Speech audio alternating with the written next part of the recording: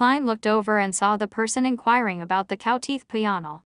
The man was less than a meter away from him. He was wearing a black suit and a haleful top hat of the same color. He had a cane adorned with silver in his hand and a pair of gold-framed spectacles on his face. He had a refined bearing. "Yes, do you need it? This can here costs 3 solely."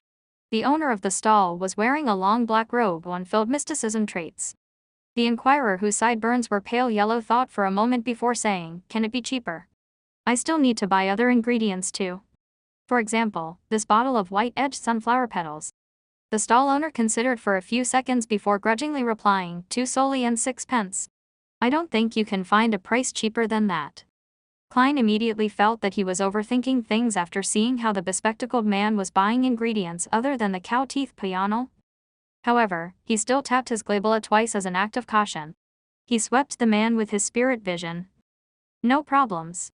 He looks very healthy. His emotions are alright too.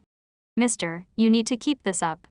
Klein retracted his gaze, turned around, and looked at the stall selling homemade amulets once again. The amulets were placed neatly before him. Some of them were made of pure silver, some with steel, others forged from gold. But only a few of the amulets had a weak aura emanating from them, some crimson, some pale white, some golden. This meant that some of them had weak traces of spirituality and were definitely effective to a certain extent. Klein looked at the amulets carefully and confirmed that the stall owner making the amulets had some foundation in mysticism. The stall owner did not make any mistakes matching the different energy sources to the different incantations. He was also extremely accurate at choosing the materials that corresponded to the different energy sources. Of course, a mere mysticism aficionado would definitely make some mistakes. Klein noticed that the stall owner did not fully understand the incantations. One could not create an incantation simply by translating the content of the prayer into Hermes. The incantations had to follow a certain format that followed unique rules. The other problem was that the stall owner had made mistakes of varying degrees when he was choosing a suitable symbol for the energy sources. That explained why there were only 2 or 3 amulets releasing the faint light out of the dozens that were laid before him. As for how much of an effect the 2 to 3 amulets would have, Klein could only say that it was better than nothing. An amulet that was truly equipped with obvious effects needed the craftsman to release his spirituality from a blade while carving the incantations and symbols. If one wanted even better results, they would have to supplement it with ritualistic magic. And these 2 things were not something an ordinary person could achieve. Klein tapped his glabella twice, then pointed at the upper left corner of the stall with his black cane. "How much for these 2? He did not ask about the amulets that had a rudimentary colored aura, but half-completed items. Other than external shape, they had not been carved with incantations or symbols. To Klein, there was no reason to purchase the amulets that had weak effects. What he wanted to do was to transform the half-completed amulets into true amulets. I'll make amulets that can protect a person from danger, 1 each for Benson and Melissa. As for my own, I can ask the Nighthawks to supply me with the ingredients. Man, I must have been influenced by old Neil. I don't feel any guilt when doing something like that." Klein's mind wandered as he watched the stall owner pick up the half-completed silver amulets. The first Silevler amulet was elongated and had a cavity in the middle. Around it were patterns of angel-like feathers. The craftsmanship was intricate and was very beautiful. The other was simple, almost completely devoid of any additional decorations or carvings. It had a vertical line representing the night and a circle representing the crimson moon. Klein, who paid much attention to appearances, took a liking to them immediately. "This is 6 solely," the middle-aged stall owner said, pointing to the intricate amulet. He was a man of few words. After pausing for a while, he rubbed the simpler piece and said, "This is 5 solely 3 pence. That's too expensive. They are still far from being an amulet." Klein had slowly been influenced by Benson and Melissa, so he had begun cultivating the habit of haggling. After a battle of words, he bought the 2 silver accessories at 5 solely 6 pence and 4 solely 9 pence respectively. Yeah, they can only be considered silver accessories for the time being. Klein had that in mind. The 10 solely 3 pence was deducted from the reimbursement he received for his divination club membership. Klein received the 2 Silevler accessories and placed them into his pocket. He was about to head to another stall when he heard a gentle voice. "Sir, why are you not buying a completed amulet?" Klein turned his head over and found a teenage girl asking him the question.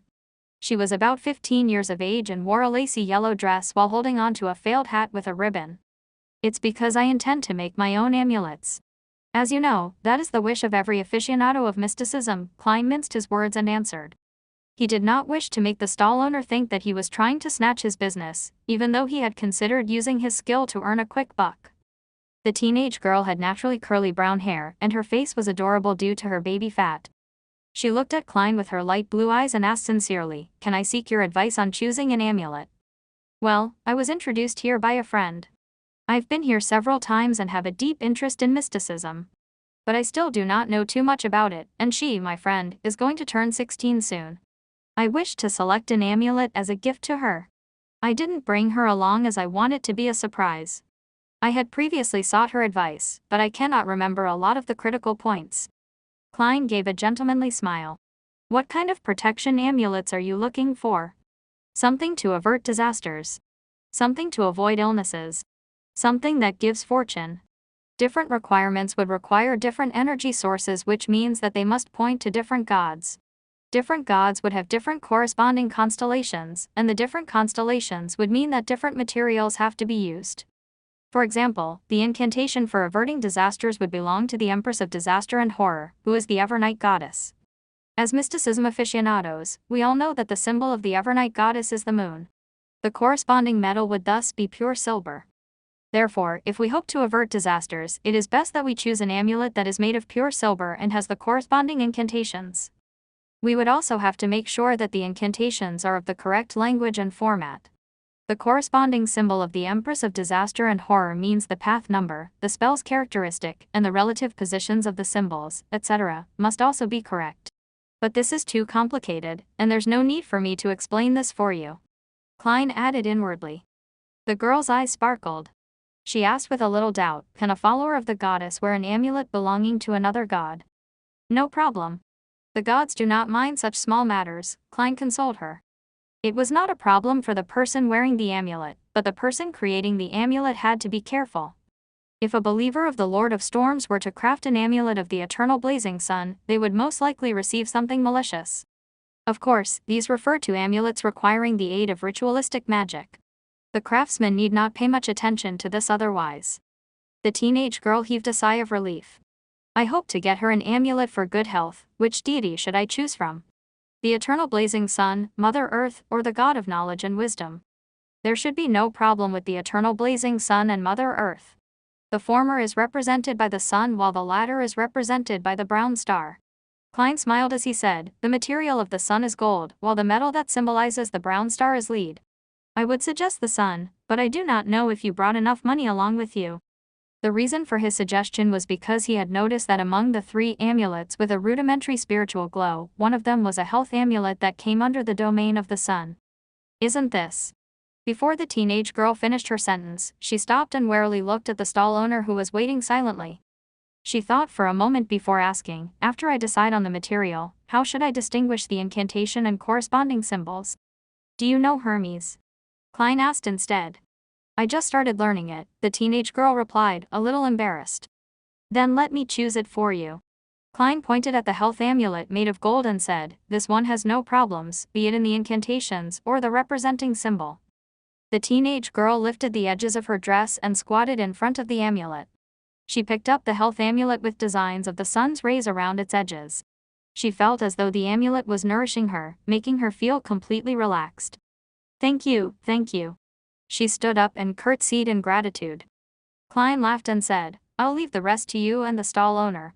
I have other things to tend to." He looked at the stall owner as he spoke and noticed that the man had a weird look in his eyes, as if deciding if he had to give a cut of the profit to Klein. With a smile, Klein did not bother with the matter anymore. He continued touring the underground market, but he didn't notice any true extraordinary materials. At this point, old Neil had already paid off his debt. He was holding a dark-colored wooden box in his hands. He pointed to the other room behind and said after he noticed Klein's look of doubt, "Go there if you wish to buy or sell extraordinary materials. After all, no one wishes to let others know what extraordinary items they are purchasing." "I understand." Klein nodded as though in thought. There was no need for him to go there for the time being. He headed toward the exit of the underground market together with old Neil. "How much for these elf flowers?" A query suddenly entered Klein's ears. "Elf flowers? That's also an ingredient for the spectator potion, Klein thought as he glanced sideways. He once again saw the refined bespectacled man. What's the matter? Old Neil asked curiously. Nothing much. Klein retracted his gaze. Although he was a quasi-member of the Nighthawks, he did not feel that all Beyonders had to be absorbed by the churches or locked up. He believed that it had to depend on the situation. Spectators definitely pose little danger to society or the kingdom, and the chances of losing control as a Sequence 9 were very slim. After leaving Evil Dragon Bar, Klein and Old Neil took a public carriage and left the harbor. They then split ways at the North Borough and headed back to their respective homes.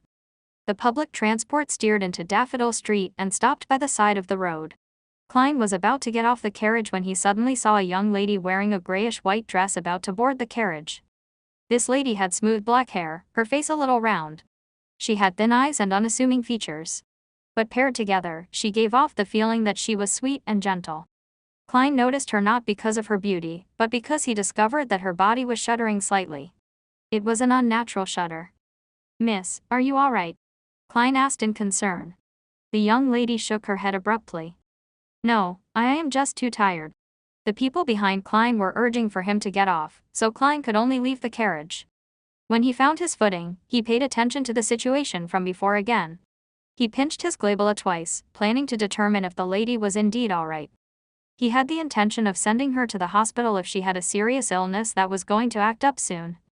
Activating his spirit vision, the colors of the aura started to surface. Klein turned around and prepared to look at the sweet and gentle young lady. Clip-clop, clip-clop. The horses widened their paces as the wheels began rolling in tow.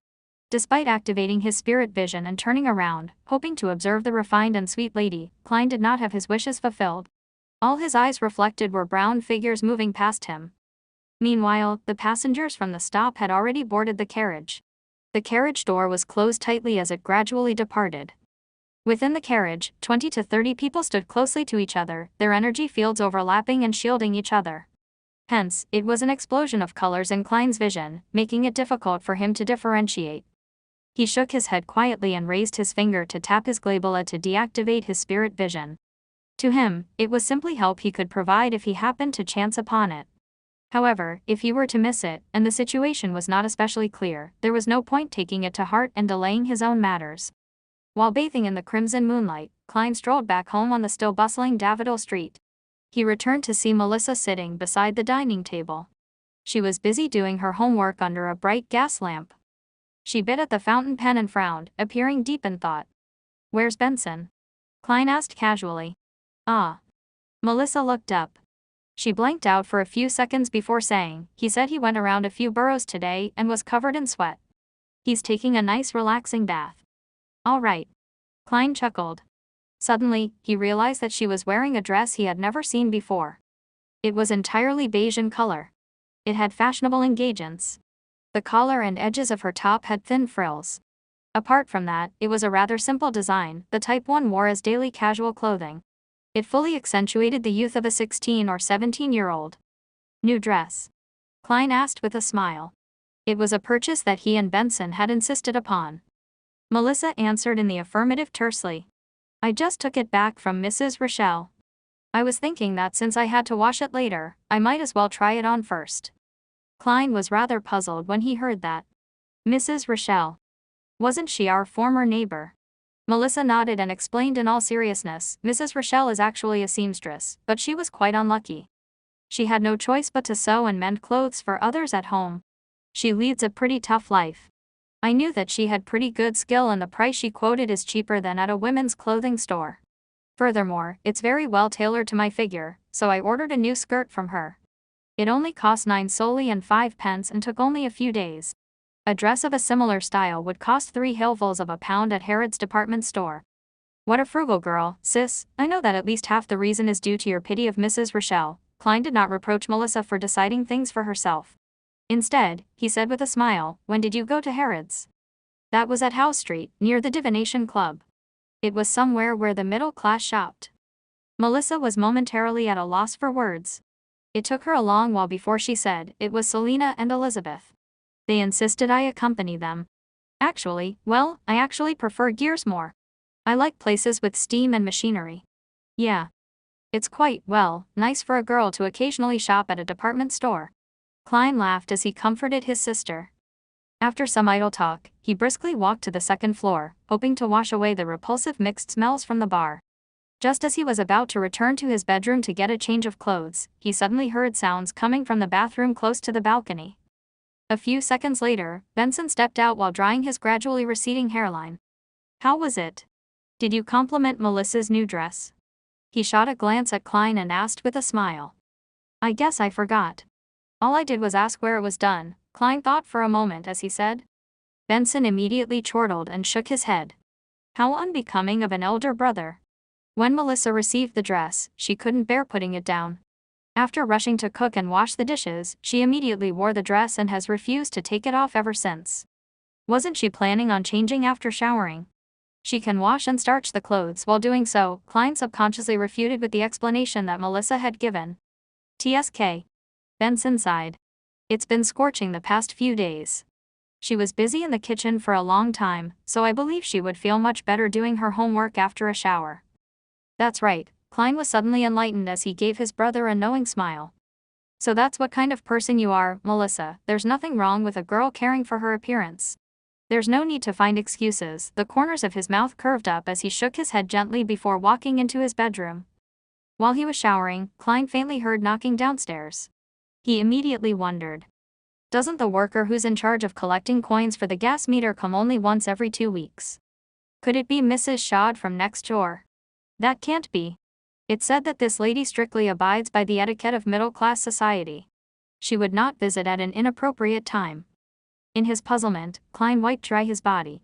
Wearing old but comfortable shirt and trousers, he came down the stairs. He surveyed the area but did not notice any strangers. He asked, was someone at the door just now? Benson, who was reading the newspapers casually, said with a smile, it was Bits Mountbatten, one of the policemen in charge of Iron Cross Street.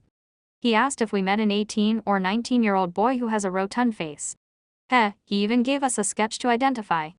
Unfortunately, neither one of us have seen him, or we would have received a reward. What about you? Nope. Klein had a general idea what was happening. Instigator Triss had successfully escaped the Evil Dragon bar at the harbor. He had escaped somewhere close to Iron Cross Street and Daffodil Street, therefore, the police were making visits from door to door. And to go this far made it clear that the operation of nabbing the instigator had completely failed. Klein did not bother himself with the situation. He had yet to begin combat training. He only had basic mastery of shooting, so to consider dealing with a natural assassin was simply using his life as a joke.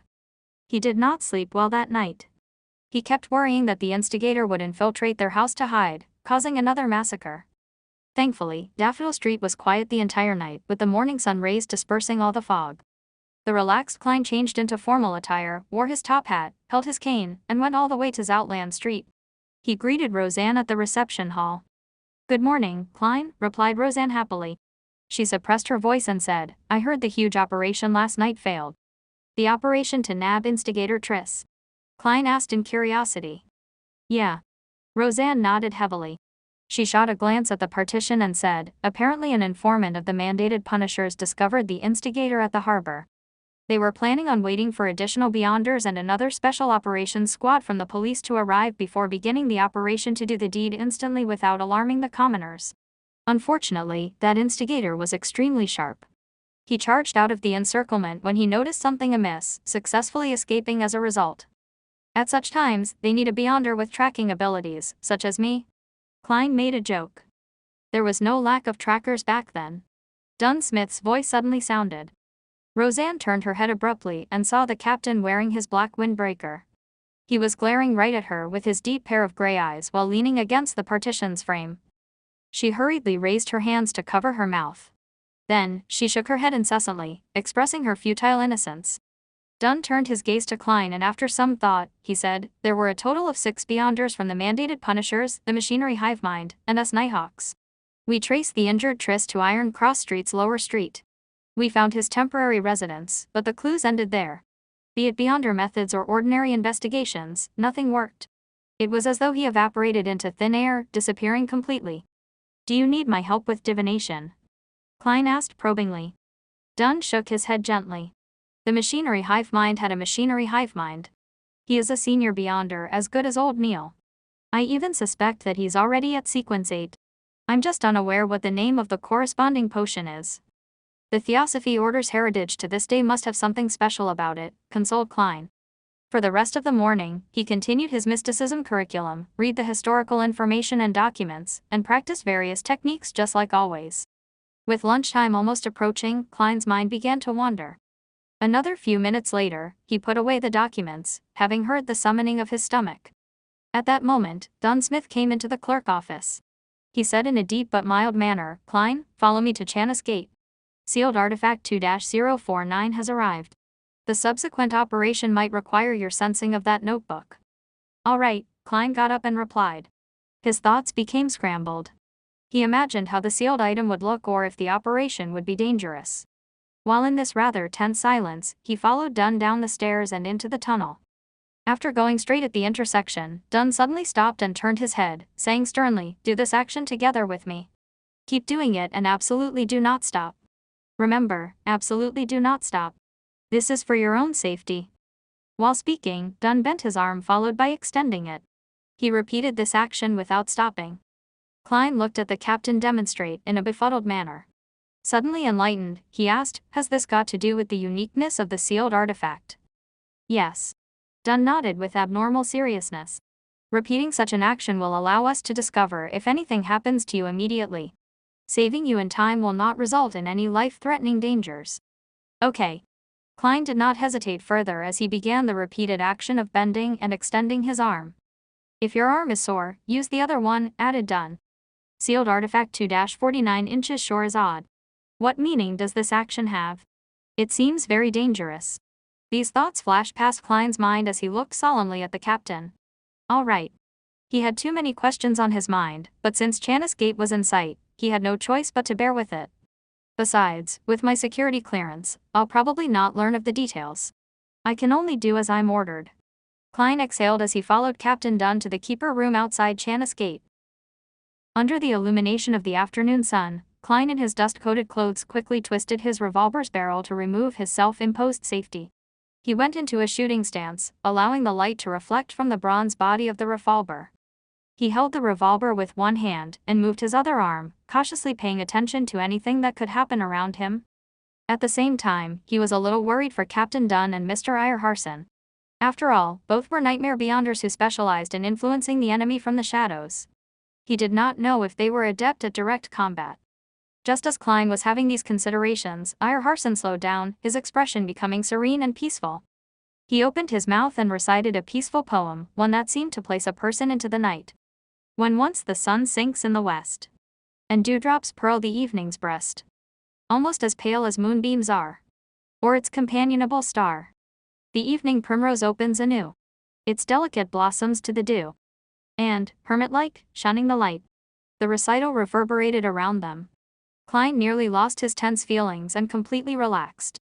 He was lucky that he had experienced something similar before and was not facing Eyerharson.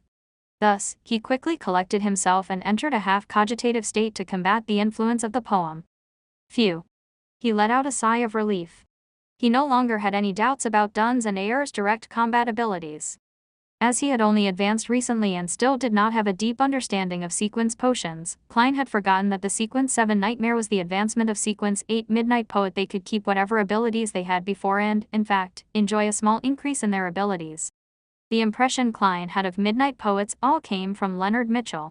He knew that this job inherited the unique traits of a Sleepless. They were good at combat, shooting, climbing, and sensing. They were also adept in influencing the living creatures around them through the use of various poems. In simpler terms, they were violent poets. While Ayer was reciting his poem, the large wooden crate stacked up around them seemed to suddenly ripple like water. A man wearing a black tuxedo and top hat appeared. But this man's face was painted in 3 pastel colors, red, yellow, and white. The sides of his lips were arched high like a clown, forming a ridiculous contrast with his formal wear that was suitable for joining an evening banquet. Thud. Thud. Thud. The black-haired Lorota who had been introduced as a sharpshooter charged forward quickly. She had a gun in one hand and had clenched the other into a fist. She made it within inches of the suited clown in a few steps. The suited clown seemed to be affected by Eyerharson's poem. His body was swaying, and he had a peaceful expression in his eyes. He did not have any desire to retaliate. Lorota tilted her body with a boxing maneuver as she pulled back her fist, then punched toward the suited clown's face. Bang! The air crackled as the suited clown shattered suddenly like a mirror, pieces quickly evaporating and vanishing into thin air. At this moment, the suited clown quickly appeared once again in the shadows of the wooden crates a few steps away. The suited clown's figure outline quickly appeared again. The person under the influence of the poem was only an illusion. It was a performance. The suited clown grinned again. It had a comical look as he pressed down on his top hat with one hand and pointed a finger gun with the other. Bang! The sound of a shot rang from the finger gun. Lorota fell to the left and rolled on the floor, dodging the attack. But nothing had happened, except for the fake gunshot. Bang! Bang! Bang! Dunn and Ire each lifted their guns and fired steadily. The suited clown dodged adeptly, sometimes to the right and left, sometimes rolling on the ground. It was as if he was an acrobat act in a circus. Suddenly, Lorota surprisingly charged forward again. Despite being called a sharpshooter, she was still using her fists. Bam! The suited clown could not dodge the attack in time and could only lift his left arm to block the fist. Seeing the clown stop, Dunn and Ire did not hesitate to each take aim and pulled the trigger. At this moment, the arm that the suited clown used to block Lorota's fist ignited with an orange-yellow flame. In an instant, the flame enveloped the suited clown and spread towards Lorota. Bang! Bang! Dunn and Ire fired their revolvers, hitting the ball of flame. The flames burned rapidly and soon, all that was left were black ashes floating in the sky. But the suited clown once again appeared behind the stack of wooden crates close by.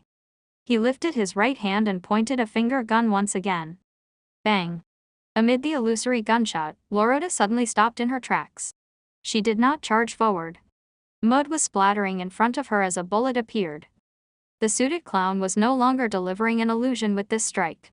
It was hard to discern real from fake, reality from illusion. Bang! Bang! Bang! The suited clown shot at Dunn and Ire repeatedly while hiding away and appearing at random times. Upon seeing this, Lorota squinted and lifted the dull gold revolver in her left hand.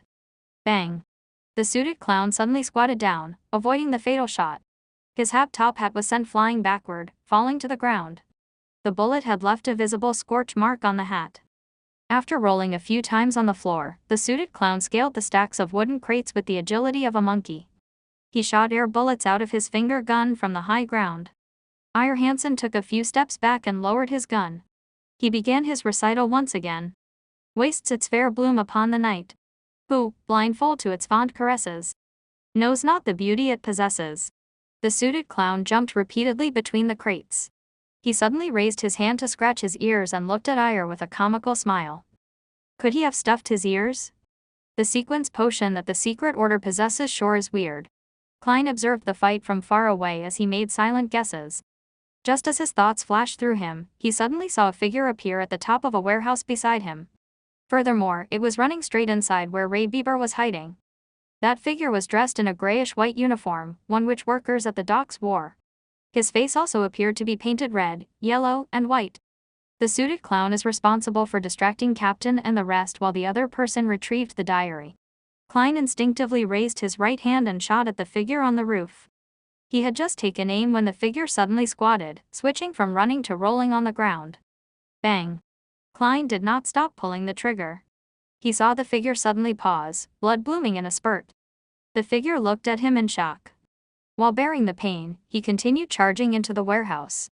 That felt like a lucky shot. Klein twitched his lips and pulled the trigger once again. This time, the bullet hit the wooden roof beside the figure.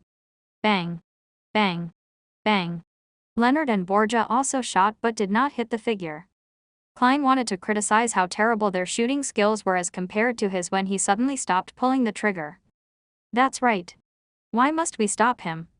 Didn't I define that there is grave danger in the warehouse just now? Wouldn't it be great if we let that guy be the vanguard and step on the landmine for us? Leonard and that Mr. Borgia must have had the same idea. With this thought, Klein lifted the barrel of his revolver and shot at the sky. Bang! Bang! Bang! As the gunshots rang, the figure managed to reach the innermost region of the warehouse unobstructed. He lunged downwards, slamming into the roof as he fell down with the collapsing roof. Immediately following the commotion, the black-haired Loretta's eyes suddenly turned black. Her left hand began making a strange pulling action. The suited clown's jumping action suddenly came to a pause as his ankle seemed to be grasped tightly by an invisible hand. Dunn did not shoot immediately and instead pointed his revolver downward. He opened his mouth and by simply using his spirituality to resonate the air around him, he produced a strange, faint and ethereal voice without the use of his throat. Thus it blooms on while night is by. When day looks out with open eye. Bashed at the gaze it cannot shun. It faints and withers and is gone. The suited clown suddenly became limp, as if he had lost the desire to live. Iyer Harson lifted his handgun and took aim, his finger pulling the trigger immediately. In that split second, there was an abnormal and tragic wail that came from the warehouse. Ah! The cry contained immense fear as though he had encountered an unimaginably terrifying matter. The hair on Klein's body stood on end. The tragic cries came to a sudden stop as silence was restored in the deepest parts of the warehouse. It was a skin-crawling silence. Bang! Affected by the cry, Iyer only managed to shoot the suited clown in the belly. Hiya, hiya, hiya. The silence was once again broken from the deepest depths of the warehouse. What should have been soft panting sounded. It reached a crescendo that tightened everyone's nerves.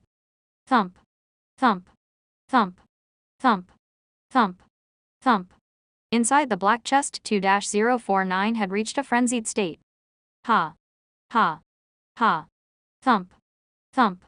The loud panting and the intense knocking alternated first before they resounded together. It made Klein and company extremely nervous, as though they were hearing some evil murmur. Taking advantage of the moment Iyer, Dunn, and Loretta had their attention redirected, the suited clown suddenly pulled out a long piece of paper from his pocket. Pa! He threw it with his right hand as the slip of paper ignited into a black fiery whip. Then, he lashed it towards the side of his ankle. A fleeting but tragic scream sounded as the suited clown escaped the invisible shackles and did a backflip. Bang! Bang! Bang! Dunn, Iyer, and Loretta shot but their bullets only ended up hitting the wooden crates. The suited clown did not stay any longer as he pressed down on his wound with his right hand while escaping in a direction opposite the warehouse. He was so fast that in the blink of an eye, all that was left was a hint of his back. And before he vanished, his right hand which pressed down on his abdomen moved towards his left arm. The wound on his stomach had already vanished, looking completely fine. The location on his left arm which he touched with his right hand suddenly became badly mangled, and a silver bullet appeared in the torn flesh. Dunn and the rest didn't chase after him because the panting from the innermost warehouse was so loud that it was making them nervous and insecure. Bang! The door of the innermost warehouse suddenly exploded and flew in all directions. Then, something wrapped with a torn cloth flew out and landed not far from Klein. When Klein cast his gaze over, he realized that it was an arm. Its bloody flesh had been chewed on and its white bones were cracked in an irregular fashion as they jutted out. Pa! Pa! Pa! One item after another flew out. First it was a spray of blood, followed by a dilated eye and an ear which had been ripped out brutally. Finally, half a beating heart and intestines filled with yellowish-brown objects came out. If Klein had not seen the more gruesome giant cadaver at Ray Bieber's place, he would have probably vomited there and then. His nerves were on the brink of a breakdown. After a great deal of effort to hold back his urge to shoot into the pitch-black entrance, he ejected the empty shells from his revolver and reloaded with new demon-hunting bullets. Bang! Dunn drew close as he stably shot into the warehouse. However, his bullet was like a shot into the sea. There was no audible response. Ha! Ha! The loud panting sped up as grayish-white colors filled the open door. With another two loud shots, Iyer Harson's and Borges' bullets tore through the whiteness, but failed to prevent the color from spilling outwards. It did not leave any wounds or cause liquid to seep out. Klein held his breath and kept himself from shooting blindly. He watched as the whiteness slowly revealed a complete outline. It was a humanoid creature more than 2 meters tall. Its limb joints were all unnaturally twisted. It was as though they had been snapped by someone forcefully. White bones poked out from under its skin as the entire grayish-white surface was filled with gullies, like a human brain that had been stripped from its shell. The monster had grayish-white, rotting, sticky liquid flowing all over it. Its head looked relatively normal, with deep wrinkles and pale skin. As it opened and closed its mouth, Klein could see a porcelain false tooth that looked close to falling out, a few strands of bloody saliva, and bone and flesh that had been minced. Was Ray Bieber still even a seeking human? Klein drew a silent gasp as he felt his heart pound rapidly. Bang! Leonard's demon-hunting bullet hit Ray Bieber's forehead and tore right through it, leaving behind a deep hole. Grayish-white liquid flowed out and dripped onto the ground. The liquid wriggled and turned into fat cream-colored maggots. But the monster appeared completely unaffected. It was neither fast nor slow when it pounced at Borgia, who was closest to it. Its actual target appeared to be the black chest that contained sealed artifact 2-049. Loss of control of beyond her powers, Dunn shouted in a deep voice. Lorota, it looks like a dead soul, so quickly look for its weakness. All right. Lorota did not speak further as she raised her hands to press down on her eyes. Her pupils turned gray then colorless, as though she had entered the world of spirits and a kingdom of dead souls. She looked down at the enemy from a higher vantage point as she searched for a node. Klein saw that a normal gunshot was ineffective, so he did not bother wasting more of his bullets. He lifted his hand to tap at his glabella to activate his spirit vision. He planned on helping gravedigger Lorota. From his vision, Monster Bieber only had one kind of spiritual glow left. It was purely grayish-white, a whiteness filled with craziness. Apart from that, Klein saw nothing else. At that moment, Ire Harson and Leonard Mitchell sang simultaneously. Oh, the threat of horror, the hope of crimson cries. One thing at least is certain, that this life flies. One thing is certain, and the rest is lies. The flower that once has bloomed forever dies. The power that allowed one to enter a peaceful slumber emanated. The twisted grayish-white monster gradually slowed down as though it could not fight against the charm of the poem. Then, it opened its mouth and let out a shrill cry that ordinary people were deaf to. Ah! Bang! Klein felt a sharp pain in his head as he automatically exited his spirit vision state. He felt warm liquid flowing out of his nose, and when he subconsciously wiped it with his hand, he discovered the back of his hand covered in blood. Ire and Leonard fell back to the ground at the same time. They had blood stains lining the corners of their lips, noses, and eyes. Borgia, Dunn, and Lorota each took a step or two back, the color in their face draining. That monster only screamed once, but it appeared to exceed what the 6 Beyonders could withstand. They instantly turned extremely weak. Bam! It closed in on Borgia and suddenly swung its twisted joint. Bang, bang. Borgia and Dunn shot twice each, but they didn't cause any damage to Monster Bieber. Bang. A blow sent Borgia flying out as his long-barreled revolver fell to the ground. He tried to stand up a few times, but failed to do so. The corner of Monster Bieber's mouth had stringy liquid oozing out as it leapt towards the black chest. Bang. At that crucial moment, Ire Harson shot a bullet at the box to knock it some distance away, preventing Monster Bieber from grabbing it. Its momentum brought it forward by more than 10 meters. The black chest cracked, and as the thumping within turned more intense, it grew more obvious. Found it. The black-haired Lorota finally spoke. I need you to control it for at least 3 seconds. All right. Dunn didn't delay any further. He extended his hand to tap his glabella and closed his eyes. He seemed to fall asleep as shapeless waves slowly rippled out one after another. In that instant, Monster Bieber paused and the craziness in its eyes quickly receded. Its thin transparent eyelids began to close uncontrollably as well. Dunn's body started quivering, and something popped up under his clothing and wriggled on the spot. It was as though he hid slippery scaleless snakes within. Lorota rushed over and with a roll, arrived under Monster Bieber. She supported herself with one hand while raising a clenched fist, bombarding Monster Bieber's crotch like artillery. Poof! She ignored the corrosive pain but supported herself against the ground and directed more strength once again. She went higher a little as her fist drilled deeper in. Rip! Lorota pulled out her forearm as she dragged out an intestine filled with brownish-yellow bloodstains. In the intestine, there was an ancient notebook. Ah! Monster Bieber let out a blood-curdling scream, and his body suddenly lit up as though it was melting. Get down! Just as Ire Harson's hurried shout ended, Klein saw Monster Bieber suddenly swell up. Boom! Amid a loud explosion, the distant Klein was tossed into the air by the shockwave and landed heavily. He struggled to stand against a swirling headache, and he saw Monster Bieber turn into a pile of disgusting, rotting flesh. Then he saw Dunn and Lorota, who were a dozen meters away, looking like they had been knocked out. Ire Harson, Borgia, and Leonard Mitchell were on the ground too. Some groaning in pain, some struggling to stand up but failing. Klein was just about to relax when he suddenly saw a familiar object about 2 or 3 meters away from him. The black chest had stopped rolling and cracked surface was facing the sky. A skinny brown arm extended out. Sealed artifact. 2-049. FCK. Klein's heart tensed up as he immediately leapt in the opposite direction in a bid to escape 2-049's effective range. The blast from before had thrown the black chest near him. And at that moment, Klein's head suddenly buzzed as his thoughts turned sluggish. Oh no. I've been controlled by the puppet. Captain and company are either unconscious or have yet to recover. They can't even get up. They will not be able to wake me up in time. No, I have to save myself. Everything before Klein's eyes was happening in slow motion. All his joints and his brain seemed to have been coated with an ever-thickening layer of glue. He had no interest in becoming a human version puppet, so he seized the opportunity of not being fully controlled by trying his best to seek a way to save himself. I definitely can't, it myself. There must be an external force. External force. I'll give it a try. There's no time for hesitation. Without the luxury of time to think through things, Klein came to an idea in less than 3 seconds. He moved his rusty knee joint and took a counterclockwise step. At the same time, he did not try to escape the invisible rope that hung around his throat. All he did was recite inwardly. Blessings stem from the immortal Lord of heaven and earth. He wanted to use the mysterious world above the gray fog to awaken him and escape sealed artifact 2-049's assimilation. Creak. Creak. Creak. Klein's knees and ankles let out an involved ear-piercing sound. With a slow contorted step, he took another step counterclockwise. Blessings stem from the Sky Lord of heaven and earth.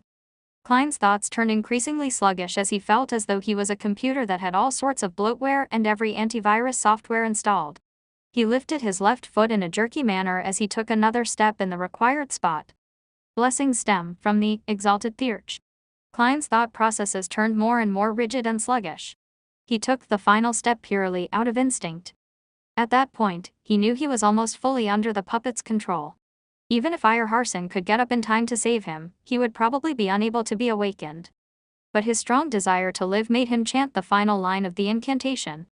Blessings stem from the celestial worthy. Just as he finished his incantation, the extremely chaotic and hysterical shouts and murmurs sounded.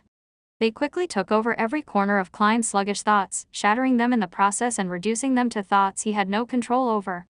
Klein's brain became a boiling pot of potpourri as his stiff body turned light while his spirituality lifted.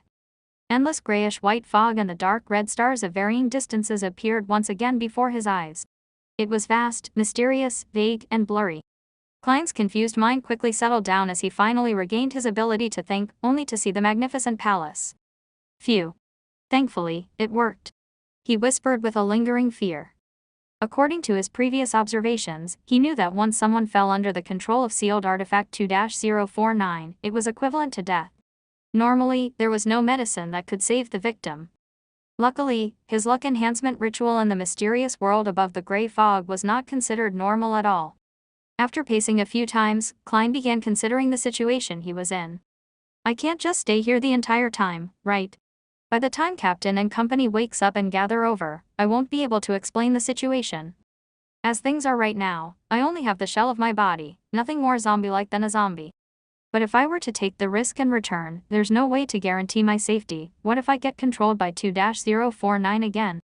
While suffering from his dilemma, Klein suddenly smacked himself in the forehead and could not help but chuckle softly. It looks like I haven't gotten used to my status as a seer. Before he finished his sentence, he appeared at the seat of honor in front of the long bronze table, sitting on the high-backed chair with the strange symbol. Klein extended his hand as a fountain pen appeared out of thin air. He scribbled a sentence on an illusory piece of paper. Returning to the real world is very safe. Immediately following that, Klein pulled out a projection of a spirit pendulum from his packet. After a few gatherings, he discovered that the items he brought on him were projected above the gray fog, but they were relatively illusory. Klein held the silver chain with his left hand as he allowed the topaz to nearly touch the paper. He calmed his breathing and half-closed his eyes. He calmly repeated the words on the piece of paper. Returning to the real world is very safe. Returning to the real world is very safe. After repeating it 7 times, Klein completed the divination with spirit dowsing. He opened his eyes and saw the topaz slowly oscillating, guiding the silver chain in a clockwise spin. Clockwise is an affirmation while counterclockwise is negative. Returning to the real world is very safe. Klein heaved a sigh of relief as he habitually stored the chain away. Then, he released his spirituality and wrapped his body as he simulated a plummeting state. The hazy fog and deep red stars turned ethereal and charged upward. Klein soon saw himself still in a daze in his original position. He saw the brown puppet, halfway out of the chest. He also noticed that the sealed artifact had apparently stopped all motion. His physical senses reached to his brain, and just as he was about to try to move his arm to determine his condition, he suddenly heard a voice concealed within the wind. "Do you wish to be awakened? You can be saved as long as you promise me one thing. This one thing is to help me take that Antigonus family notebook. Nod if you agree. I know you are still capable of completing that action. Who is it?" "Yes, 2-049 doesn't seem like it's attempting to control me, that's right. It will not repeatedly influence the same person. There will be a break." Klein was shocked, but he did not show it on his face. At that moment, the voice added quickly, "You can obtain additional rewards if you complete this matter. I know you are a seer. I also know that the Church of the Evernight Goddess does not have sequence 8 that succeeds sequence 9. But our secret order can give it to you." To be honest, I was a seer before. If not, I wouldn't have dared return. To show you my sincerity, I can now tell you that the corresponding sequence 8 of seer is clown. Clown. Secret order. Klein nearly did not maintain his puppet state. He never made the connection between seer and clown. Were they about to become the head honchos of a circus? All right, make your choice. Believe me, you no longer have much time left to waste. The voice sounded with the wind again. The distant Dunn and Loroda were still unconscious. Borgia seemed heavily injured as he moaned without moving. Iyer Harson and Leonard Mitchell were in relatively good shape as they attempted to sit up. Why me? The secret order, is it that suited clown from before? After he escaped, he secretly returned in a bid to fish in troubled waters. Upon hearing the voice, all sorts of doubts instantly flashed through Klein's mind. Since the person said that he was a seer, Klein attempted using the thought processes of a seer to analyze the situation. He dared return because he defined hope.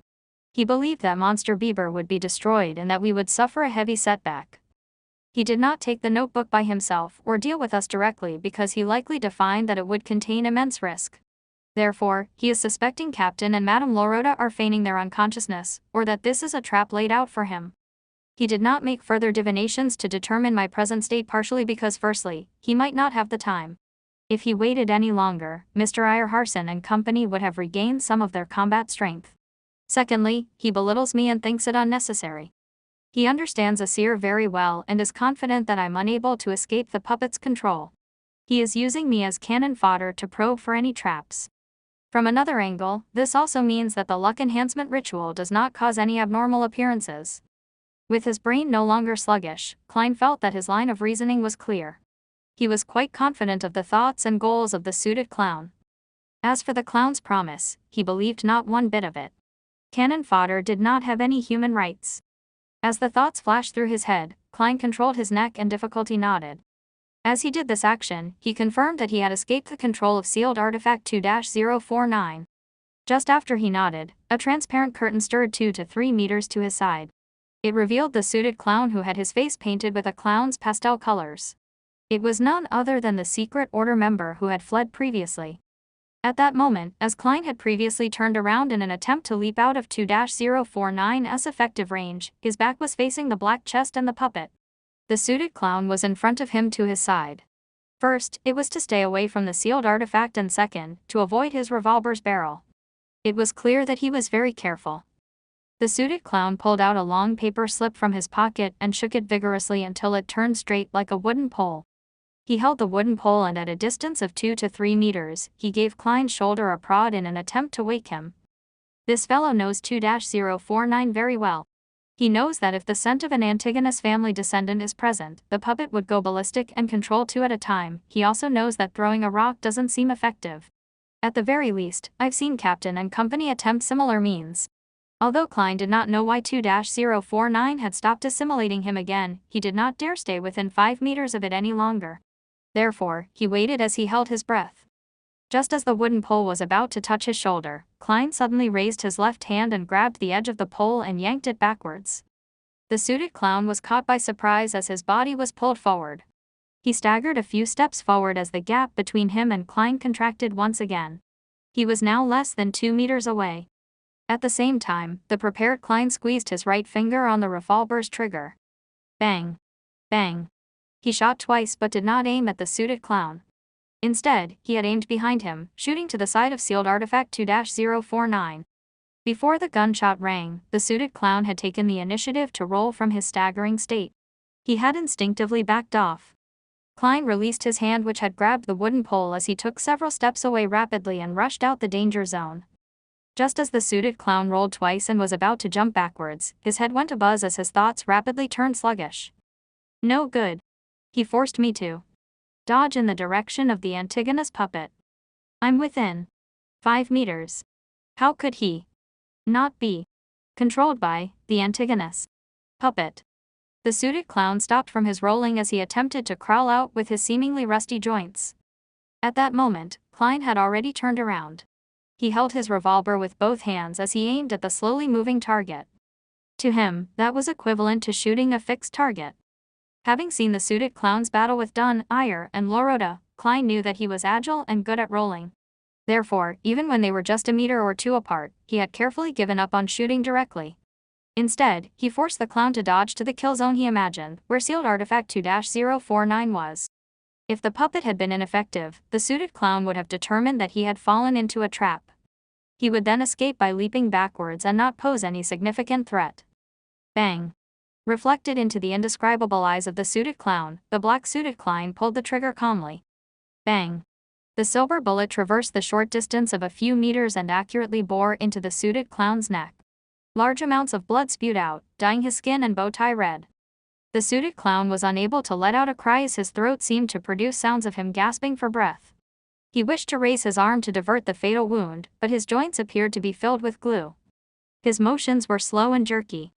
Bang. Having entered a half-cogitation state, Klein was not stunned by the appearance of blood. He pulled the trigger once again calmly, as though it was his usual daily practice. A grisly hole appeared on the suited clown's forehead as crimson red spewed out.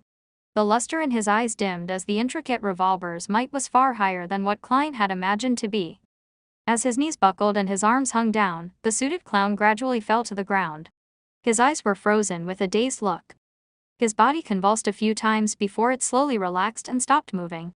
Having delivered a headshot, Klein turned around in a cool manner.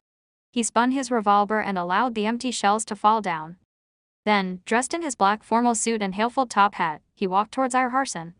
He pulled out the final silver demon hunting bullet in his pocket and inserted it into the revolver's chamber. The reason why he did not turn back to look at the suited clown's tragic fate was solely because of his discomfort with his first kill. However, it was necessary. He did not know what would happen if the suited clown was under the full control of the puppet. Furthermore, he did not dare risk entering sealed artifact 2-049's effective range. After all, no one knew if something odd would happen that prevented his self-rescuing luck enhancement ritual to fail. As for the items on the suited clown, Klein only cared if there was the so-called clown potion formula or the relevant clues. However, this was not something he was in a hurry to carry out. In a while, he could do it together with Dunn, Iyer, and company. If the Nighthawks had it, it also practically meant that he had it. There was no way that they would be unwilling to share the potion formula of Sequence 8. At most, he would be required to accumulate his contributions over time. After all, he had only become a seer recently, it would still be a long time until he fully digested it. As his thoughts turned, Klein quickly walked next to Harson. The gentleman in his gray windbreaker struggled to sit up but failed at every try. He was covered in dust and mud from the fall. "Mr. Harson, what do you need me to do?" he asked, squatting down. He pointed the revolver in his hand at the ground in case of a misfire. Iyer gasped for air and sighed. The monster was too strong, if not for its weakness. Then, he pointed at a sky-blue metal bottle beside him and said in a self-deprecating laugh, "I was trying to consume some medicine, but my hand shook." The sky-blue bottle was about the size of Klein's finger. It was not longer than 5 centimeters long and a cap that hid spiral patterns had fallen to the side. The liquid had completely spilled. Klein reached out to pick up the bottle. As he looked at it with narrowed eyes, he answered helplessly, "Mr. Harson, there are only a few drops left in the bottle. Go to Borgia and search his body. In his inner pockets," Iyer said as he gasped for breath. "All right." Klein stood up and casually asked, "Is this restorative medicine? An item from mysticism?" "No, it only has certain restorative effects. The main goal is to stimulate our minds and squeeze out the potential of our bodies." It allows to maintain a decent state for a short period of time until we return, where we can receive treatment. Ire attempted to sit up only to fail again. Its name is the goddess's gaze. Remember to let Borgia drink half a bottle. Klein did not delay any further as he turned around. He briskly arrived at Borgia, who was groaning in pain. He found the uniform sky blue metal bottle from the night hawk's pocket. After removing the cap, he carefully held the bottle to Borgia's mouth. Having sensed it, Borgia tried hard to open his lips. The bottle was held up as dark red liquid flowed in Borgia's mouth. Klein estimated the quantity and stopped just in time. He then screwed the cap back on. The medicine was rather effective. It only took Borgia a few seconds after drinking to regain the spirit in his eyes. Furthermore, he whispered, "Thank you." With that said, he pressed down on the ground as he slowly sat up. He first dealt with his wounds before walking to the unconscious Loroda and Dunn. Then, he retrieved the goddess's gaze from the latter's inner pocket. Klein returned to Ayer's side and fed him the remaining half-bottle. After Ayer panted a few times, his action suddenly became nimbler. He stood up as though he had never been injured. "I'll help Borgia." "Help that partner of yours." The gentleman with the charm of a middle-aged man pointed at Leonard Mitchell. Klein had no objections to it. He turned around and jogged to the poet, "Leonard. There's no need. I can drink it by myself." Leonard, with his disheveled hair, smiled as he raised the sky blue bottle. Upon seeing Leonard agilely get up by pushing up with one hand, Klein, who wanted to lampoon, was suddenly stunned. "Leonard's injuries are lighter than I expected. He had the ability to consume the medicine from the very beginning. That also means that he could see me walk counterclockwise as I did the luck enhancement ritual. No, that's still alright. I had chanted inwardly and the luck enhancement ritual does not appear odd in any way, or the suited clown would not have fallen for it." But even so, Leonard, who had long recovered but chose to watch by the sidelines, had seen quite a lot. Things like me not being affected by 2-049 and my sneak attack on the suited clown. Just as Klein's eyes narrowed slightly, Leonard, who was walking in his direction, stopped beside him and chuckled softly. "I actually wanted to save you but discovered that you didn't need it. Don't mind it. There are many special people in this world that can always do things others can't, such as you. And me." Leonard smiled as he went past Klein and walked to the awakening Dunn and Loroda. Narcissist, Klein thought silently as he felt a lot more relaxed. From the looks of it, Leonard Mitchell hid quite a bit of secrets. As he regrouped with the rest while deep in thought, he saw Captain Dunn wear a cloth and pick up the Antigonus family notebook that was covered in yellowish-brown bloodstains. The notebook's cover was completely made of thick black paper. It suffused an aura from an ancient and distant time without any signs of softening or rotting. It was nearly identical to the one he saw in his dream. He even suspected that flipping it open would only make him see the fool wearing splendid headgear. However, he soon realized that he was overthinking things since Dunn had flipped open the notebook to make a final confirmation. Klein was unable to discern the words on it due to his poor angle, but he was certain that there was no drawing of the fool with his gorgeous clothes and splendid headdress. Ahem. There's nothing wrong with it. Dunn closed the notebook and held it securely. Then, he looked at Ayer and company. "Let's store this notebook and sealed artifact 2-049 behind Tingen's Chanis gate. We can wait until all of you are recovered or Backlund sends someone over." Upon hearing that, Klein felt a little disappointed once again, but also felt happy. He wished to see the Antigonus family's notebook once more and figure out the reason for the death of the original Klein, Welch, and Naya. However, he also felt that the ancient item was filled with misfortune. It often brought catastrophe, so he did not dare touch it. Handing it to the church's headquarters and sealing it is considered the best choice. He secretly heaved a sigh of relief. "All right." Ayer Harson, Borgia, and Loroda nodded in unison. They then turned around and arrived beside sealed artifact 2-049. They woke each other up and stuffed the puppet, which had resumed moving, into the black chest with an opening as they monitored it strictly. "Everything is back to normal." Ayer sounded a little more relaxed. Inside the dimly lit black chest, the puppet wrapped in oil-stained cloth flipped over with its body creaking as it aligned its clown-painted face with the light source. On the creepy face, under the black pupil-less eyes, two hardly noticeable crimson cracks appeared. Meanwhile, Dunn, Leonard, and Klein, who had mustered his courage, began searching the suited clown's corpse. They found paper flowers, handkerchiefs, poker cards, glass pieces, and all sorts of strange items. However, apart from that, he did not seem to carry anything of worth or potential clues. Other than the wallet with 70 to 80 pounds and 10 plus solely, Klein secretly sighed. With money in mind, he immediately looked down and inspected himself. His face nearly fell literally. His formal suit that cost several pounds had torn in 5 to 6 spots which required mending due to his rolling on the ground. Furthermore, it was covered in dust and dirt stains. Dunn shot him a glance as the corner of his lips curved up. Losses during a mission can be reimbursed. Reimbursed, upon hearing the term invented by Emperor Roselle, Klein instantly felt wonderful. Yeah. This suit just needs some proper cleaning and mending before it can be worn again. It will still be presentable. When the reimbursement comes, I can buy another set and I can take turns wearing them. I am not the kind of person that uses a reimbursement for something other than what it was intended for.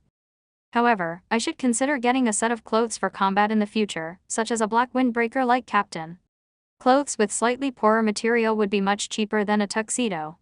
TSK has the reason why the bastard Leonard doesn't like wearing formal suits been due to him having such considerations. Let Fry take care of the dead body. We'll see if he can find what the man originally looked like or find any relevant clues. Dunn touched the suited clown's face paint with his gloves. Then, they searched the innermost warehouse and saw that there were splotches of bloody flesh that looked like they had been smashed by boulders. They also saw one white bone after another that had been strewn everywhere. Ray Bieber was absorbing the power in the notebook via an ancient ritual, just like how we would consume a higher-level sequence potion. A ritual like that is full of danger. It must be performed in an environment isolated from all disturbances, and the ritual would have required him to enter a deep sleep for a certain amount of time. That was probably why he had yet to leave Tingen. Dunn guessed at the possibilities after inspecting the warehouse. Upon hearing such a description, Loretta laughed. Her black hair contrasted sharply with her pale face. Such a pity, we awakened him ahead of time. His anger at being woken up truly left a deep impression on us. This is a kind of losing control, Dunn looked towards Klein and told him, as both an explanation and a lecture. Why didn't he just leave Tingen and try to absorb it elsewhere? Asked a perplexed Klein. Iyer laughed and pointed to his head. People influenced by ancient or sinister powers often are lacking in this department. At that moment, Dunn inhaled and said while hiding his pain, Leonard, you are still in good condition. Stay here and do not allow ordinary people to come close. The rest of us will immediately search for items among Ray Bieber's remains. We will return with them and the sealed artifact, as well as the Antigonus family's notebook. We will then get Fry, Royale, and the police to come here. All right, answered Leonard with a relaxed expression when he heard Dunn's suggestion. Following that, everyone walked out of the warehouse and came close to where Monster Bieber had self-destructed. With him at the origin, they began searching outwards radially. Captain, what are we looking for? Klein looked at the rotting flesh and blood that was strewn everywhere. He held back his urge to retch as he looked at Dunn Smith beside him ponderingly. Dunn did not look up. Instead, he used his deep gray eyes to sweep the ground. Awakening ahead of time, losing control, and becoming a monster. This means that Ray Bieber did not fully absorb the beyonder powers provided by the notebook. It also means that a part of his body is considered extraordinary, making it prime material. If you ever encounter something similar, make sure not to miss out on doing a search. It might be a relatively important item. So that's the case, Klein nodded slightly in enlightenment. In the blink of an eye, he thought of another matter. If the part where Monster Bieber had concentrated the beyonder powers were some indescribable part, wouldn't that be awkward? Wouldn't it be extremely disgusting to concoct it into a potion? Just as Klein's mind wandered, Borgia with his sharp eagle-like eye suddenly shouted. Found it. Ahem. Dunn and company immediately turned and closed in. Driven by his curiosity, Klein walked over to Borgia with a quickened pace. Soon, he saw the item before Borgia. It was a grayish-white item about the size of a fist. Its surface was filled with gullies and it looked soft but ductile. It looked like a brain that had been extracted out of a living being. Although Klein was unable to make out the extraordinariness of the blob of grayish-white, he was certain that Borgia had not made a mistake since it had remained intact despite the violent explosion it had undergone. Dunn carefully observed it and squatted down. As he extended and bent his right arm, he used his black-gloved left hand to carefully grab the grayish-white item. The moment it was touched, the blob of grayish-white immediately spread out into an extremely sticky liquid. At that moment, Iyer Harson took out a tin-colored square case, removed the cigarettes from them and placed them into his pocket. Then, he handed the square case to Dunn and smiled. I know, you only like pipes. Dunn chuckled and took the square case. Then, he poured the grayish-white sticky liquid into the case for temporary storage. After storing it away, everyone did a cursory sweep of the area. After confirming that they had not missed out anything, they left. When they came out, they saw the horses digging their hooves into the ground, clearly spooked and nervous. They had nearly escaped their reins. "I'll drive." Borgia covered his mouth with his hand and coughed softly. "I know you are good at placating animals," said Iyer with a smiling nod. After boarding the carriage, John, Loretta, Iyer Harson and Klein, who continued their arm exercises, temporarily had nothing to say as they fell into silence. When the trotting of the horses sounded while the carriage wheeled off, Dunn looked at Klein and deliberated over his words before saying, "I know you are filled with curiosity about the Antigonus family's notebook. You wish to understand what happened." "No, not at all," Klein subconsciously denied. "It was an ancient relic filled with misfortune." Without giving him time to answer, Dunn continued and said, "However, I have to first report this to the Holy Cathedral. Only after they determine the confidentiality level of the notebook can we consider if this can be shown to you." "No problem." Klein gave a short and simple reply. Dunn continued his arm exercises as he thought before saying, "I once promised that you can be made a formal member of the Nighthawks when we confirm that Ray Bieber is a descendant of the Antigonus family clan. Now, not only have we determined Ray Bieber's identity, we have even eliminated the monster and spoiled the Secret Order's conspiracy. In this entire process, your performance was outstanding. You personally killed a member of an evil organization. Therefore, I will fulfill my promise and immediately make an application to the Holy Cathedral. We'll wait for their approval."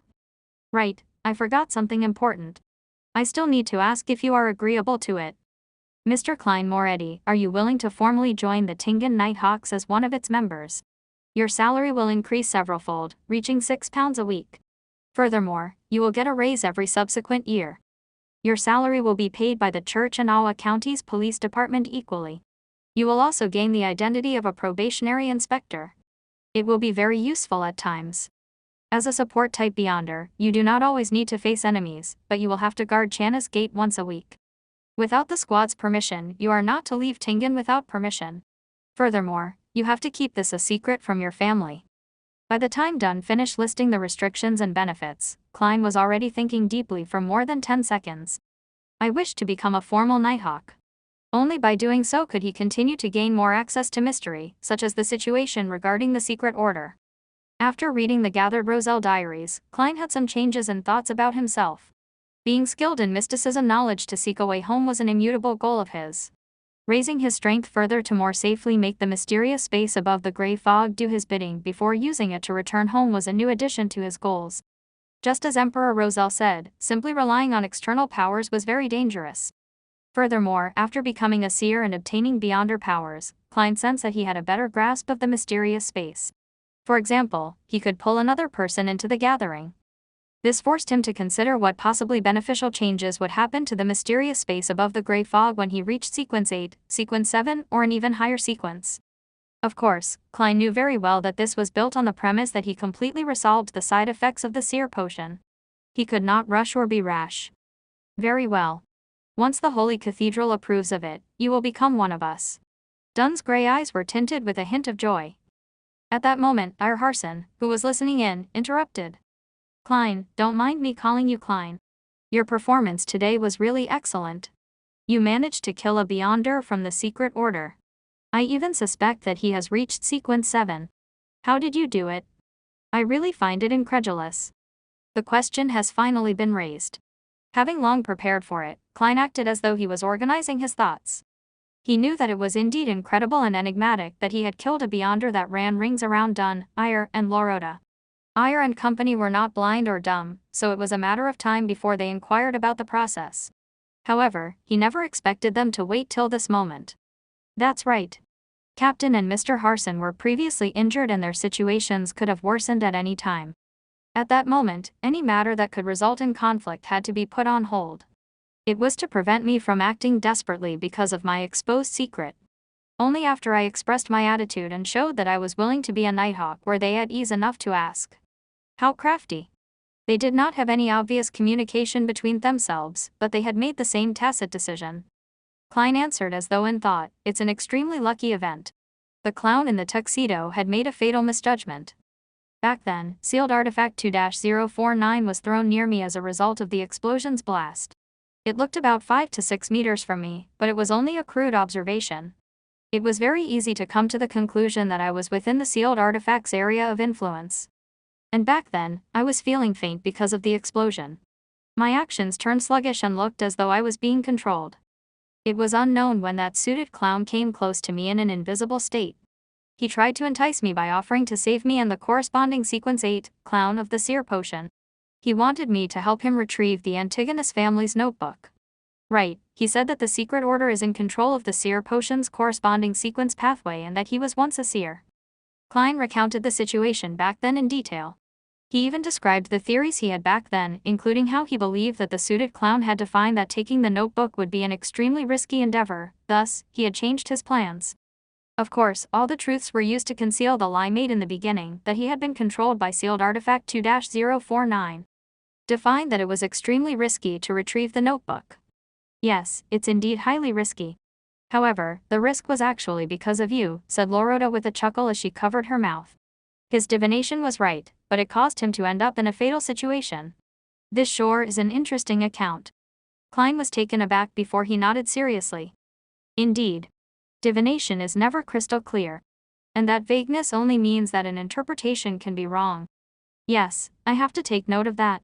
How did you finish him off after that? Asked Dunn while he did his arm exercises and leaned back. Klein smiled. I pretended to agree to him and made him awaken me. However, he did not dare enter the effective range of the sealed artifact. He stayed 2 to 3 meters away and used a strange paper slip in an attempt to push me. I seized the opportunity and pulled at his paper slip, causing him to be thrown into 2-049's effective range. I then complemented it with repeated shots and completed my goal. It's quite an embarrassing matter for me. I didn't even have the confidence of hitting him despite being only 2 to 3 meters away from him. Iyer nodded slightly. With his evasive abilities, a distance of 2 to 3 meters is not an absolute guarantee. You might be able to strike him but fail to hit him in a vital spot. That would only make things worse. Your choice back then was impeccable. It can even be said to be outstanding. If I were in your shoes, I might not have been able to do it better than you. He did not ask further. After all, the suited clown's entry into the sealed artifact 2-049's area of influence basically sealed his fate. He became a living target. The subsequent sequence of seer is clown. How odd. Dunn suddenly said with a sigh. Iyer Harson added, exactly, it is hard to imagine that the subsequent sequence of seer would be clown. According to normal logic, no one would link them together. Is that strange? I remember that quite a number of sequence potions also seem to lack similarities between their different levels. Loretta covered her mouth as she yawned. It was obvious that her injuries were more severe. Not even Goddess's gaze could help her to maintain her vibrant energy. No, Loretta. This is completely different. Even if the other sequence potions are lacking a connection, we can also find common points if viewed from a different angle. However, I cannot comprehend it for seer and clown at all, said Iyer Harson as he shook his head and sighed. Klein listened to their discussion and laughed. No, there's still a common point. What? Iyer asked curiously.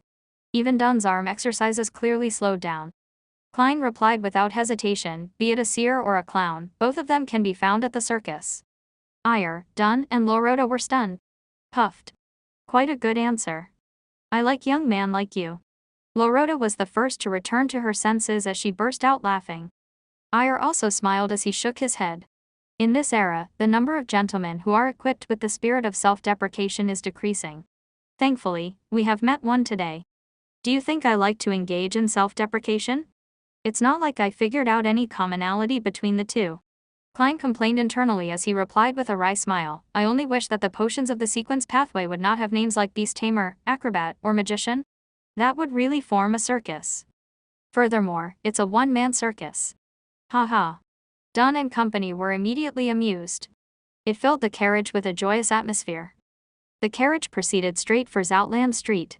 Klein, who was not injured, was the first to enter Blackthorn Security Company. Goddess. What happened to you? Why are you like that? Roseanne exclaimed when she caught sight of him. Klein looked down at his dirty and tattered suit. He replied with his heart aching, there are always all kinds of accidents during a mission. Thankfully, the goddess blessed us and it ended beautifully. Praise the lady. Roseanne devoutly drew the crimson moon across her chest. Before waiting for Klein to continue, she asked, "Do you need us to hide in the third floor again? Is the sealed artifact really that dangerous?" "Trust me. It's far more dangerous than you can imagine," replied Klein with a lingering fear. If not for his even more mysterious luck enhancement ritual, he would have perished under the proverbial hands of 2-049. Goddess. Roseanne's lips quivered as though she had still a million things to say or questions to ask, but in consideration of how the captain was waiting downstairs, she held back her compulsion. She informed Mrs. Oriana and company to head upstairs to the third floor. The neighbors of Blackthorn Security Company were either estates of the church or devout clergymen who vaguely knew of the situation. When all the civilian staff dispersed, Klein did not rush to the entertainment room to inform the other Nighthawks. He immediately returned and helped the captain and the rest escort sealed artifact 2-049, Monster Bieber's remnants, and the Antigonus family's notebook to the second floor. Through the partition, Dunn pushed open the entertainment room's door and said to the two Nighthawks who were playing Gwent cards, "Fry, Royale, both of you are to immediately head to the Harbor's Tyrell warehouse and aid Leonard in dealing with the aftermath." "All right." Royale, with her raven black hair and cold expression, was the first to stand up. Corpse Collector Fry, with his black hair, blue eyes and pale skin, stood up next. They put down their Gwent cards and walked out the entertainment room, and when they passed through the partition, they clearly paused.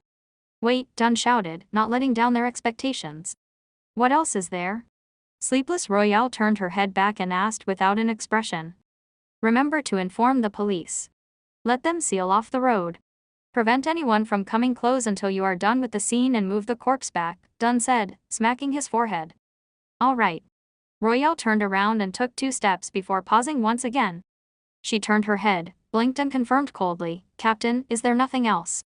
"No," Dunn answered categorically. Royale nodded unnoticeably and walked towards the entrance. As for Corpse Collector Fry, who exuded coldness and darkness, he maintained his adequate pace. At that moment, Dunn added, "Remember to tell Rosanna, Mrs. Oriana and company that they can come down." "No problem." Fry calmly replied as though no emotion stirred in him. Klein watched as the two Nighthawks walked out the door and went upstairs before heaving a secret sigh of relief. He followed the captain and the rest underground. They proceeded straight to Chanis Gate. As Dunn gestured for Sleepless Kenley to open Chanis Gate, he instructed Klein, "Go to the armory and get old Neil here. We need his ritualistic magic to heal ourselves." As the effects of the medicine began to wear off, his mental state gradually waned. "All right." Klein did not wait for the captain to continue, as he added, "I will watch the armory in old Neil's place. I will also request for at least 20 demon hunting bullets and also wait for the Holy Cathedral's approval," curbing my curiosity about the Antigonus family's notebook. Dunn was instantly at a loss for words. "Captain, is there anything else?" asked Klein with a smile after beating Dunn to it. Dunn shook his head and remained speechless. He pulled out his cane and turned around. After walking a certain distance, Klein turned into the armory and recounted the happenings generally to old Neil, who was drinking plain water. "He became a monster that lost control. You even killed a Beyonder." Old Neil quickly tidied up his desk. "It's like I'm listening to the script of a play," he mumbled as he circled around the desk and walked straight towards the corridor without waiting for Klein's answer. Klein asked out of curiosity, "Mr. Neil, doesn't the church have real restorative medicine? Why would ritualistic magic be needed?" "No medicine made with ordinary ingredients can provide the permanent restorative effects of a ritual. Extraordinary ingredients are very rare, and most of them are not suitable for restorative medicine," old Neil explained casually. "You should know about Goddess's Gaze, right? When the medicine is first made via ritual, it would be a standard, real restorative medicine. But every minute after its completion, its effect evaporates until little of its efficacy is left." "I see," Klein nodded disappointedly. As a former keyboard warrior and avid gamer, it was a habit to yearn for a medicine with magical healing properties. He watched old Neil leave and sat down, taking in the tranquility that he had not had in a very long time. In the midst of his piece, he recalled the tragic death of the suited clown. He recalled himself shooting coldly, the gruesome wound and the spewing of fresh blood. Klein's body shivered as he felt discomfort. He first stood up, then sat down, then slowly repeated the process. He also did some pacing back and forth in between. Phew, he let out a breath and decided to occupy himself with something so that he could stop thinking of those negative images. Klein took off his silk hat and formal suit. He then took out a handkerchief and a brush to clean off the dirt and mud. After an uncertain amount of time, he heard old Neil's familiar footsteps. Old Neil's gait involved him walking on his heels, and it made a distinctive noise as he ambled down the hall. "How tiring," old Neil complained as he walked into the room. "Tell the rest that no one is to come here within the next hour." "I need to rest," he instructed casually, glancing towards Klein. "Why don't you rest upstairs, and I keep watch here?" Klein suggested out of kindness. Old Neil shook his head.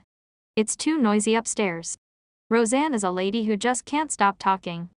"All right." Klein did not insist. He put on his coat and hat, picked up his cane, and returned to the corridor. Then, he pulled the armory's door ajar. Tap. Tap. Tap. He slowly walked on the empty path when he suddenly saw many rooms he had never seen previously by the side. "There is a secret door here." Klein stopped at a spot around a bend as he looked at the room. He discovered that corpse collector Fry had already returned. He was carefully examining a completely dissected corpse. Corpse. Klein's heart stirred as he mustered his courage and approached the room. He knocked lightly on the opened door. Knock, knock. Knock. Fry stopped his actions and turned around, looking over with his blue but ice-cold eyes. "Sorry for disturbing you. I just wished to know if this is a corpse of a beyonder," asked Klein as he controlled his tone. "Yes." Fry's lips opened and closed, but only spat out a single word. Klein's gaze reached beyond him and landed on the corpse. Indeed, he discovered the familiar gruesome wound on the forehead. "It's that suited clown," Klein secretly exhaled and said. "Any discoveries?" "No," answered Fry in an abnormally simple manner. The mood instantly turned awkward. Just as Klein was about to bid farewell, Fry took the initiative to say, "If you feel uncomfortable, you can come in to take a look. You will discover that it's only a corpse." "Afraid that I'll be traumatized?" Klein nodded and thought. "All right." He entered the room and came in front of the long white-clothed table as he looked at the corpse. The suited clown's red, yellow, and white paint had been cleaned off, revealing an unfamiliar face that did not look anything special. He was in his 30s and had black hair and a high nose bridge. At that moment, Fry went to a square table by the corner of the wall and picked up a pencil and piece of paper. He returned to the corpse and placed the paper down and began drawing with the pencil. Klein glanced at it in curiosity and found that Fry was sketching the suited clown's head. It did not take long before Fry stopped moving the pencil. On the piece of paper, there was a lifelike portrait. Compared to the corpse, the only difference was the lack of a wound with the addition of blue eyes. "What a talented genius." Klein marveled in surprise. "I never expected you to be that good at sketching. My dream was to become an artist before becoming a nighthawk." Fry's tone was completely placid. "Then why don't you fulfill your dreams?" asked Klein curiously. Fry put down his pencil and said with the suited clown's portrait in hand, "My father was a priest of the goddess. He wished that I become a priest. It's a presentable job." "You became a priest?" Klein asked in surprise. He found it unimaginable that Fry could become a priest with his personality and the vibes he exuded. "Yeah, I did quite an okay job." Fry wore a cold expression as the corners of his mouth curled up a little as he replied. "Later, I encountered and experienced some things and ended up a nighthawk." Klein did not plan on infringing on his privacy, so he asked, "You were once a priest of the goddess, so why not choose to be a sleepless?" "A personal reason," answered Fry frankly. "Furthermore, Madame Dolly is a good role model." Klein nodded, and just as he was about to change the subject, he heard Fry say, "Help me watch this room. I have to immediately hand the sketch to Captain. Closing a secret door is very troublesome." "All right." Although Klein was a little afraid facing a corpse alone, he braved his fear in agreement. With Fry gone, the room turned quiet. The corpse laid there as Klein's heart turned heavy.